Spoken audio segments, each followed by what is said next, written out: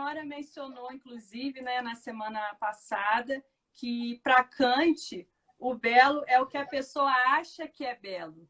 E fala para a gente, professora, por favor, o que isso significa e se há algo que pode explicar essa questão do gosto. É muito importante o ponto ressaltado nessa questão, porque aí eu sempre vou me reportar a algo que eu já falei. Kant desencadeou a modernidade, não só quanto à estética, mas em diversos outros aspectos da filosofia. Isso é fundamental. E abriu um leque imenso, porque a rigidez trazida do classicismo grego permaneceu durante todos esses séculos. Aliás, ainda há pessoas, grupos de certa importância, que pensam dessa maneira e que até são chamados de academicistas. Por exemplo, você pode ver uma bela pintura, um bom pintor como Oswaldo Teixeira, do século XX no Brasil, e ganhou esse rótulo que é quase que uma pecha negativista, porque se prende a cânones, mas isso não impede que ele faça uma obra de arte. Então, é uma convivência saudável. E quando ele fala em gosto, há vários autores que estão trabalhando. Eu até preparei para uma outra oportunidade falar especificamente gosto, porque é o que há de mais atual, entender o gosto. Mas antes, é preciso saber que essa abertura pressupõe elementos. Vejam bem, não são os cânones, não são as regras, mas são elementos na pessoa. Podemos dizer que belo é tudo que aquela pessoa acha que é belo. Mas para qualquer pessoa, a beleza é um efeito. É um efeito, então é algo que afeta. Ora, o que vinha até então era que afetava prazerosamente. Com essa ruptura, faço uma pergunta, coloco um ponto de interrogação. É sempre prazeroso o belo? Cabe a cada um começar a pensar isso.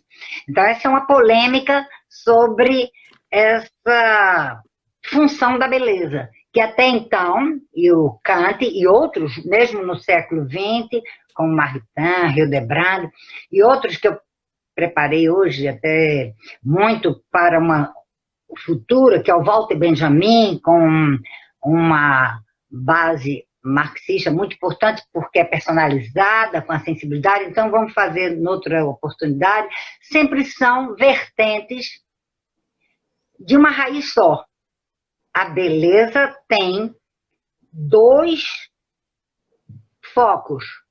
Ela é intuitiva e ela é intelectual. E daí a diversidade. Por quê? Porque a intuição é algo extremamente personalizado. A intuição é algo que vem de uma percepção, mas não é uma percepção fechada. A beleza não é uma concreta totalidade. Ela se desdobra conforme essa intuição. E, no entanto, é uma coisa que eu não enfatizei no começo, porque não era o momento, ela é intelectual. O que quer dizer que ela é intelectual? Cuidado, ninguém precisa se assustar. Pode ser a pessoa que não frequentou escola, ela tem um intelecto. Quando se fala, e um intelecto desenvolvido, quando se fala em intelecto, tende a fazer essa divisão que é altamente negativa. Quanto à quantidade de títulos, de conteúdos, não é isso. Quando se fala em intelecto, é para distinguir dos outros animais. Isso eu até comecei falando outra vez, e hoje aparecerá mais fortemente por causa dessa diversidade do gosto. O intelecto é a inteligência. Ora, animais de outro tipo também têm inteligência, mas é uma inteligência diferente. Quando se fala no intelecto humano é uma inteligência que tem características que os outros animais não têm. Então, lembra aquela palavra que eu disse? Fruir, ou quem está vindo hoje, fruir no sentido de perceber, mergulhar, estar dentro da obra de arte. Então, para fruir é preciso um intelecto humano. O cachorro não tem condição de olhar para uma flor e achar bela. Entende? E tem um tipo de inteligência, é possível ser adestrado, tem um tipo de ligação, reconhece o dono, reconhece os lugares. Então, eu queria destacar bem fortemente a questão dupla da intuição com o intelecto. E isso vai dar variedade. Porque ninguém faz a intuição igual ao do outro. Ninguém alimentou e desenvolveu seu intelecto igual ao outro. Essa é a base. E a estética amplia. A estética é algo que faz a percepção explodir. É um sistema de feedback, de retroalimentação. Quanto mais se percebe, mais se tem intuição e cognição, que é um pensamento abstrato, sobre aquilo que é belo, mais vai se estar atento e capacitado para permanecer diante do belo e usufruir. Então, é importantíssimo entender que, com a intuição e a cognição, que é o intelecto, é o cognoscere, do latim, relativo à inteligência, com a intuição e a cognição, nós vamos longe. É um infinito de estética. Então, isso, do ponto de vista de educação, eu sempre olho como educadora para a filosofia da educação, é um alerta. É a necessidade de se provocar a criança, o jovem, de se oferecer estímulos, de se oferecer visitas a museus, visitas a locais da natureza para exploração. Há grupos que fazem isso, grupos de escoteiros, outros, ver minúcias, ver detalhes, depois relatar. Então, essa capacidade cresce e eu posso chamá-la de captação artística. Isso não tem nenhum autor, mas depois das minhas conclusões eu cheguei a essa ideia. Captação artística é crescente pela educação. É crescente pela vivência.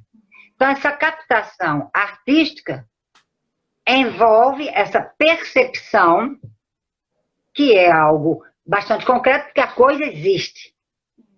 Percebe-se uma folha, percebe-se o rosto de uma pessoa, uma pedra, um animal, uma bela residência, uma catedral. Então, ela existe. Junto com essa percepção do que existe, o intelecto começa a trabalhar em reflexões abstratas. Então, a captação artística é a junção da reflexão abstrata com a percepção de algo concreto. O algo concreto é diferente da pessoa, está lá, é externo à pessoa. E a reflexão é a própria pessoa que faz.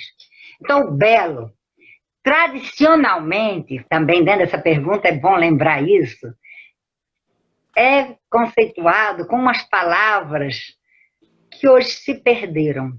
Era só o que dá prazer, o que trazia paz, o que trazia harmonia, o encontro consigo mesmo. Então, era rigidez, voltando àquela palavra. Ora, a beleza hoje é instigante. É a palavra que se encontra mais. É desafiadora.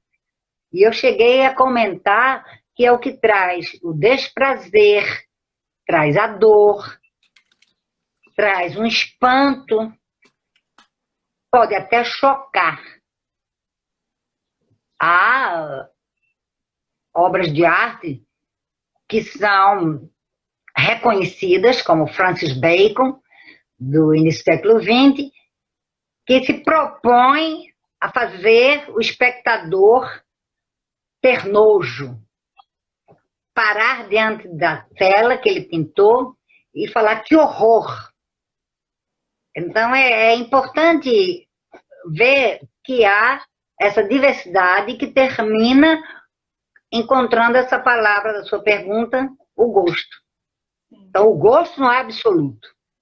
Porque cada pessoa tem a sua própria reflexão, a sua própria experiência e a intuição.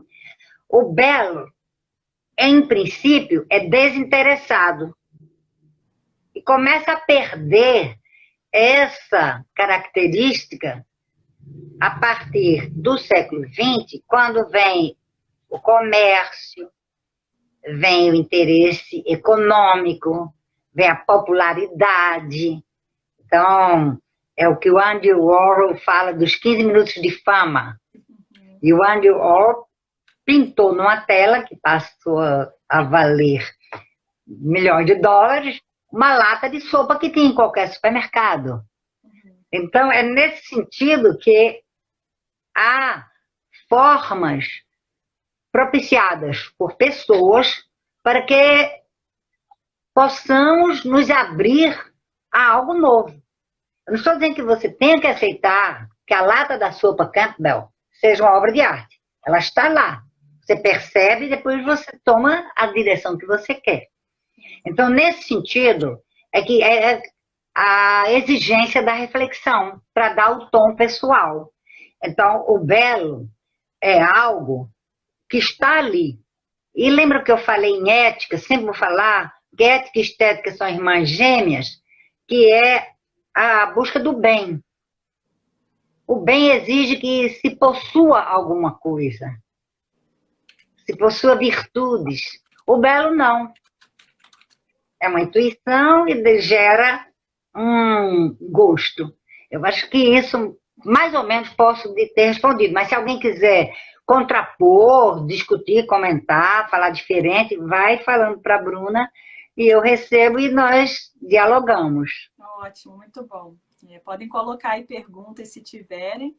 E eu queria fazer uma pergunta agora, professora, a partir de algo que a senhora falou sobre a importância dos estímulos nessa questão, né, de identificação do belo.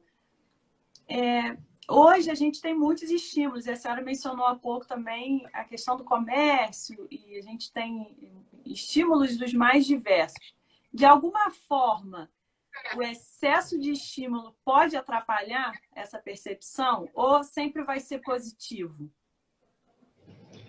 Essa é uma questão que apareceu no início do século XX com a Gestalt. O que esse pessoal disse? Foi um congresso em 1911 na Alemanha, que não era propriamente sobre estética, é só sobre percepção, e eles são os fundadores da filosofia da percepção, que deu origem até a fenomenologia na área da filosofia e a percepção na psicologia, e nós chamamos de Gestalt, que é um participo passado de um verbo alemão que quer dizer configurado. Ora, tudo isso para se entender que quando há estímulos, o que não se sabe é qual estímulo leva a qual resposta. Isso é muito importante, essa novidade, porque pela tradição associacionista, behaviorista, as teorias comportamentais, de controle de comportamento, para cada estímulo havia uma resposta. É uma coisa simplória, ofereço um biscoito, a criança dá um sorriso. Com o advento das pesquisas de Kafka, Keller, Wertheimer, Kurt Lewin, são os 4 principais, quebrou-se essa rigidez porque a observação é que há muitos estímulos, mesmo desde aquela época, sempre há, de origens diferentes. Os estímulos estão aí. E não sei, como educadora, como adulto, quais são os estímulos que estão atuando sobre a criança, porque a percepção seleciona. E daí vem as técnicas publicitárias que querem selecionar, e por isso são os que mais sabem psicologia, mais sabem sobre percepção, porque eles têm que selecionar estímulos do interesse para que seja aquele o captado. Aí vem a técnica subliminar e outras técnicas apareceram. Mas, voltando especificamente à sua pergunta, o número de estímulos é até, de certa forma, incontrolável. Uhum. Mesmo que você esteja andando por uma dessas ruas desertas agora da cidade, nem tanto estão, mas em alguns bairros, há muitos estímulos. Notadamente, quem estuda estética se concentra em auditivos e visuais. Os sensoriais táteis, olfativos e do paladar têm outra função, mas basicamente os visuais e os auditivos. É só prestar uma atenção, que são ruídos diversos, são cores, formas, elementos. Então, estímulos, eles existem muitos. O professor, o pai, a mãe, um adulto, oferece selecionando aqueles que considera que são mais adequados. Assim como eu falei dos publicitários, só com uma grande diferença, não podemos comparar. Os educadores querem o bem do sujeito. Os publicitários querem que o sujeito compre o produto. Se é bem ou não para o sujeito, isso não interessa. Então, a questão do estímulo não está propriamente na quantidade, mas na qualidade. O que não deve cair naquela frase boba e muito repetida, pelo menos eu ouço desde a década de 70, de que o que importa é a qualidade, não é a quantidade. As duas coisas importam. Uma criança precisa ver coisas e ouvir, e claro que também sentir, quando se fala que deve passar a mão numa lixa, pegar em areia, tentar pegar água. Isso a Maria Montessori, no início do século XX, já propunha.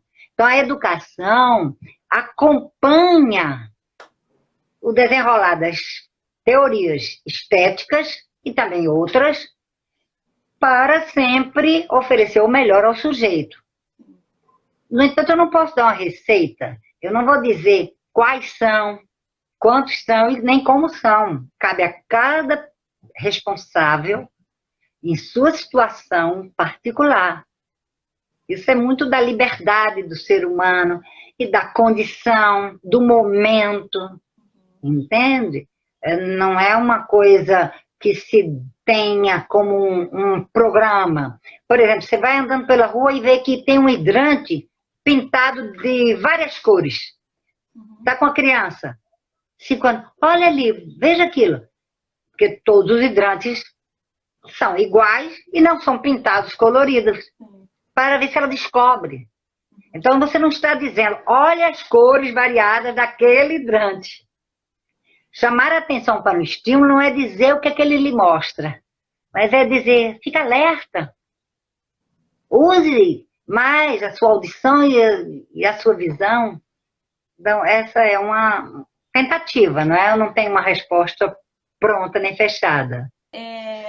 Que a beleza, às vezes, aparece como um termo que pode ser confundido com a utilidade de alguma coisa, né? Ser belo e ser útil.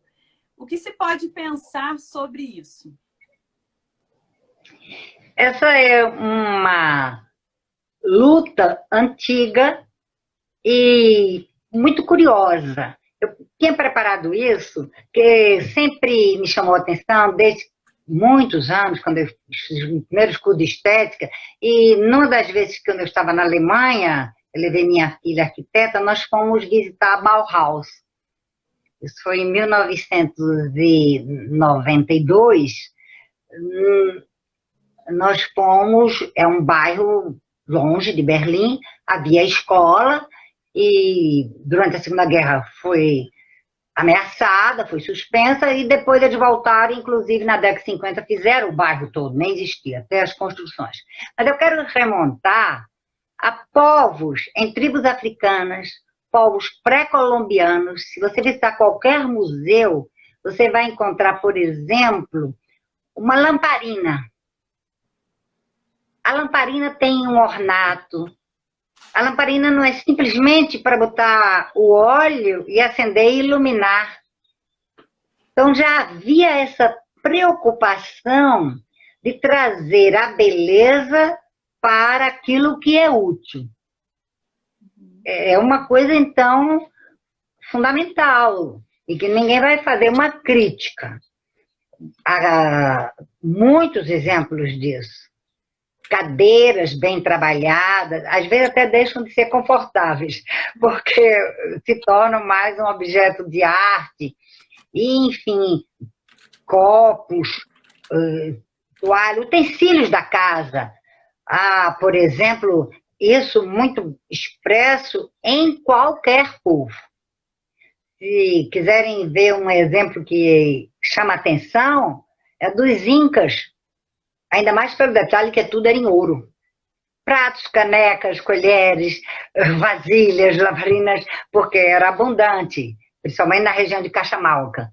Então, a utilidade era entendida como algo que poderia ser acrescida da beleza.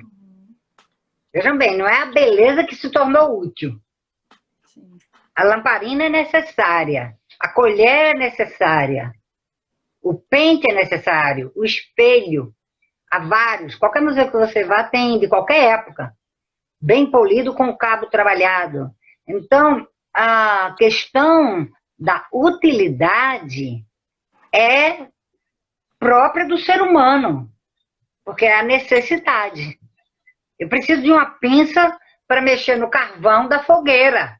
Então, o homem da Idade da Pedra já inventou aquele instrumento duplo para segurar um pedaço da madeira que está muito quente, ele não vai colocar a mão. Então, é útil. Então, por que não vou fazer a minha diferente? Aí eu entro com o segundo ponto. Primeiro, a ideia de colocar a beleza na utilidade. Segundo, a personalização daquilo que é útil. Nem que seja um lacinho na cabeça de um lápis. Uma criança pequena gosta de fazer isso. É uma expressão dela. E isso foi crescendo. São as diversas linhas. E é muito interessante chegar, então, no início do século XX, porque houve a industrialização do século XIX, com a busca de formas simples, belas, funcionais. E aí vem o Walter Benjamin, que eu falei, que critica a reprodução. Isso é um outro aspecto que nós podemos falar no outro dia. Então, a questão da utilidade não é contrária à beleza. Isso é para ficar bem claro. O fato de ser útil não é que ele tenha que ser feio. Se você vai tomar um chá e tem uma xícara que você considera bonita, o outro pode nem considerar aquela bonita. Basta você ver um leilão. É uma coisa boa agora nessa quarentena. Tem muitos leilões na internet. Então, uma peça, você, puxa, não me agradou. E vê uma disputa, tantas pessoas dando lance. Uma floreira, um bule, entende? Essa questão são coisas úteis. Uma caixa, uma bandeja, qualquer coisa que é utilitário, mas do utilitário do ser humano, e que ganhou essa novidade. Então, aí vem uma palavra que o Aristóteles dizia, é o atributo. A beleza pode ser a essência, isso eu falei da outra vez, a beleza em si mesma, e a beleza como atributo de algo que, em princípio, era o principal. Não sei se eu falei muito complicado isso. Se você tem um banco, você precisa de um banco para sentar ou para subir, pegar uma coisa, uma escada, qualquer coisa dessa. Então, ela que é a primeira coisa, aquela peça. E você põe o atributo da beleza, da harmonia, da funcionalidade. Daí vem, que é o princípio da Bauhaus, da simplicidade, da harmonia. Quer dizer, a beleza é buscada não como um rococó, não como um barroco, como um floreio, como alguma coisa torneada, só por ser daquilo, mesmo no objeto útil. É para tornar o útil melhor. Então, essa que é a grande contribuição da Bauhaus, porque há uma colocação do atributo que é a beleza, mas de modo que existe também uma melhoria naquilo que é útil. Imagine se você tem o bule de café. Ele pode ser lindo, mas se ele não tem aquela forma específica que foi desenhada durante o pessoal da Bauhaus, e que, é claro, como Jung diz, tem um arquétipo, muita gente fora, que nem conhecia, também desenhou, para não derramar.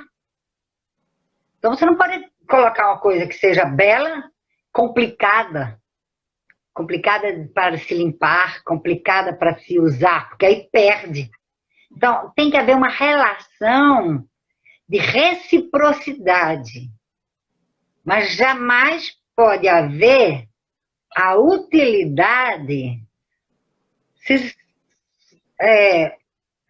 montando sobre a beleza. É aquilo que é útil. Também não pode ser montado pela beleza, porque até perde. Deixa de ser funcional, deixa de ser prático. É muito curioso isso, vocês observem, passem a olhar.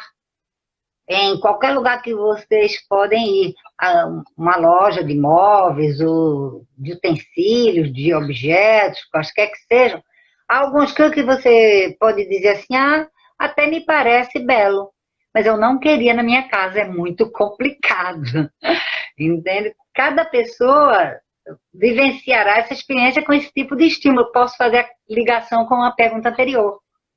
Isso é realmente útil? Isso é funcional, é simples, é adequado e é belo? Ótimo. Agora, imagina um sofá que é belo, mas você senta e o encosto vem só até metade das suas costas. Você não aguenta ficar lá muito tempo. E isso aconteceu. Começaram a produzir elementos que teriam a utilidade, exagerando no que eles pensavam, os fabricantes, que seriam a estética daquele objeto. E aí vem o desconforto, o desprazer, a inutilidade total. Entende? E isso é bom de se observar, de se analisar. Há muitos outros detalhes sobre essa questão da utilidade, porque corre o risco dela crescer em demasia e aí se perder o estético. Sim. A linha de produção, essa esteira que é de fazer um monte de coisas iguais, então isso é mais fácil. Sim. São sempre muitos elementos econômicos, elementos outros que podem interferir. Sim. É muito interessante ouvir a senhora falando sobre isso. E eu me lembro a primeira vez que eu ouvi a senhora falando sobre essa questão do bule, e eu nunca tinha parado para observar. E agora eu sempre observo que às vezes a gente vai, ou a garrafa térmica, outros utensílios que entorna, porque realmente a beleza sobrepôs a utilidade, porque ele quis fazer algo belo, mas esqueceu que precisa, no mínimo, de um conceito para a funcionalidade do objeto.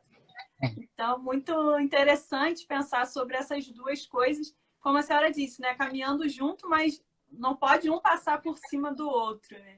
E é muito mais agradável para a gente ter algo que seja belo e útil ao mesmo tempo, não uma coisa ou outra, né? Muito bom. É muito interessante isso que eu comecei a falar. O problema da produção é a multiplicação. Porque uma das características de valorização da beleza é a singularidade. Acho que a pessoa, quando colocou, poderia estar pensando isso. Se existe a Vênus de Milo, só existe ela. Entende? A questão da unicidade pesa muito. Tem o Cristo no Corcovado, que, aliás, eu li uma vez, na época que ele foi alçado a uma das 7 maravilhas modernas, que muito influi para a beleza da estátua o entorno, tipo da encosta do Corcovado, a floresta. Então, aquilo dá uma característica única. Se pegar uma cópia daquela estátua e colocar em outro lugar, não seria a mesma coisa. Houve apreciações, e eu me lembro que eu li que uma pessoa ressaltou que era a totalidade da ambiência dessa beleza. Não era só a estátua em si mesmo. Era o fato daquela localização, como é que olha para a cidade lá embaixo, como é que está num círculo, num raio amplo. Então, é importante lembrar isso. No entanto, às vezes quem não me conhece pensa que eu digo uma coisa e estou me desdizendo, que é uma palavra bem nordestina. Estou dizendo o contrário. Mas não é, porque eu abro várias linhas para vocês pensarem, eu não quero ser determinista. Ao mesmo tempo, se você tem um céu estrelado de Van Gogh, por que não ter milhares de cópias? Eu não sou uma purista para considerar que eu não possa ter uma cópia. Se eu não vou nunca poder ter um Van Gogh, porque eu não posso ter aquela cópia. Uhum. Há pessoas que não gostam de ter cópias porque são cópias.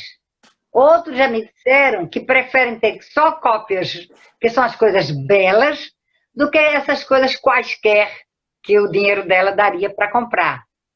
Quer dizer, eu respeito e eu não vou analisar ninguém, mas eu coloco essa pergunta.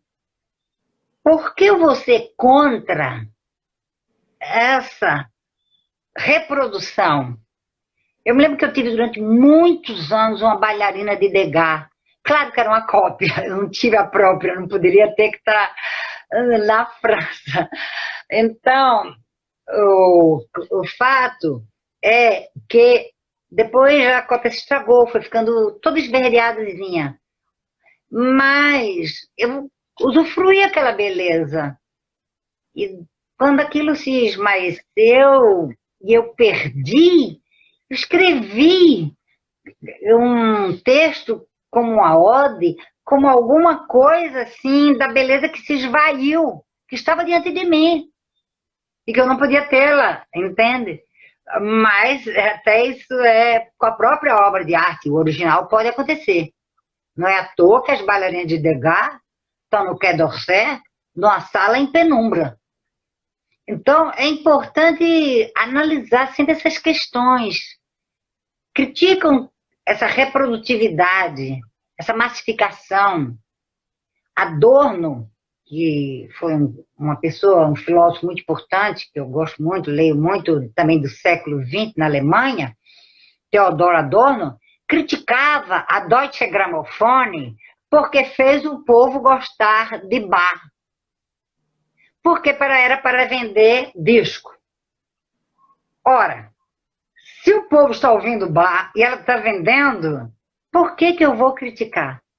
E ele era alemão e ele gostava de Bach. O texto é muito inteligente porque ele diz, eu posso escrever isso porque eu reconheço a beleza em Bach.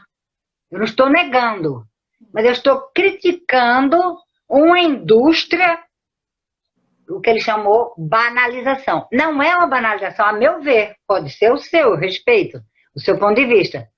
Eu considero como uma oportunidade. Hoje, que não é preciso mais nem comprar, nem CD, nem nada, você tem acesso a todas as músicas, de todos os níveis. Você tem as telas, a internet trouxe essa possibilidade. Claro que não é a mesma coisa. Eu me lembro que um maestro que eu conheci, muito famoso, que ele dizia que ele não tinha aparelho de som nenhum em casa, porque ele tinha que ouvir orquestras. Claro, ele é um maestro, ele tem oportunidade. Agora, eu não tenho essa oportunidade, eu tenho que ter o aparelho de som em casa. Entende? É como vocês imaginarem o próprio Bach, todo sábado, tocando uma nova cantata. Que alegria, ele próprio tocando e ele se ouvindo. O Mozart, com seus minuetos, suas danças, as óperas, sinfonias, tudo que ele fez, concertos para vários instrumentos, era ele próprio se ouvindo. E é um enlevo enorme quando eu ouço o Mozart. Então, é nesse sentido que temos que ver a beleza. Por exemplo, Garota de Ipanema. É uma música que me toca, que eu acho bonita. Pode você não se tocar. E muita gente diz, isso é musiquinha de elevador. Entende? Algumas outras pessoas diziam assim para algumas músicas que repetiam muito, musiquinha de churrascaria.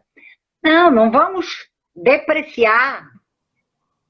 Você pode não achar bonita, mas você pode achar bonita, e por que não ela aparece no elevador? Sim. Entende? São perguntas que vão ficar no ar, eu não vou dar a resposta. Mas se você acha bonita tal música, ou tu pode não achar, ou tal tela, ou tal escultura, ou tal objeto, ou tal ângulo da natureza, entende? Quer dizer, é uma coisa daquilo que eu falei no início, da intuição, que é a percepção particular e personalizada, com a sua reflexão abstrata, a sua cognição. Então, é sempre algo muito próprio de cada pessoa. A estética tem essa característica que é totalmente diferente da ética. Várias pessoas aqui já fizeram alguns cursos de ética, não comigo necessariamente, mas sabem que a ética apresenta elementos que são universais. Então, e que permanecem. Não tem negócio de corrente, nem de história, nem de ideologia. É diferente da estética. Porque na ética você aprisiona o bem, você sabe o que é certo e errado. E na estética, não. É o que você mergulhou naquele som, naquela figura, e usufruiu. Então, juntamos a utilidade com a questão da reprodução.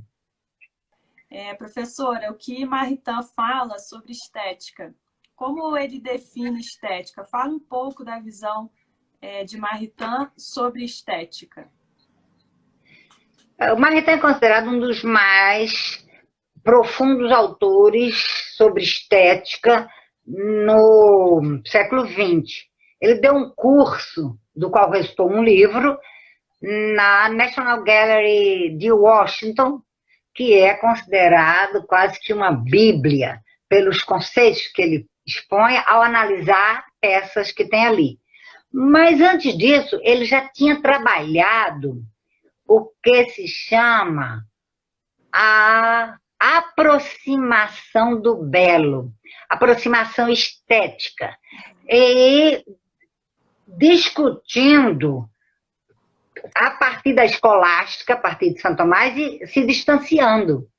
Para Maritain, o belo é, dentro até dessa linha que eu falei, uma das coisas, é uma percepção intuitiva. Alguns autores que analisam Maritain dizem que ele não chegou a resolver essa dialética da percepção cognitiva, porque a percepção não é só cognitiva, é intuitiva, e, aliás, é um conceito fundamental em Maritain, que é o conceito da intuição, e com isso ele se afasta da teoria de Tomás de Aquino.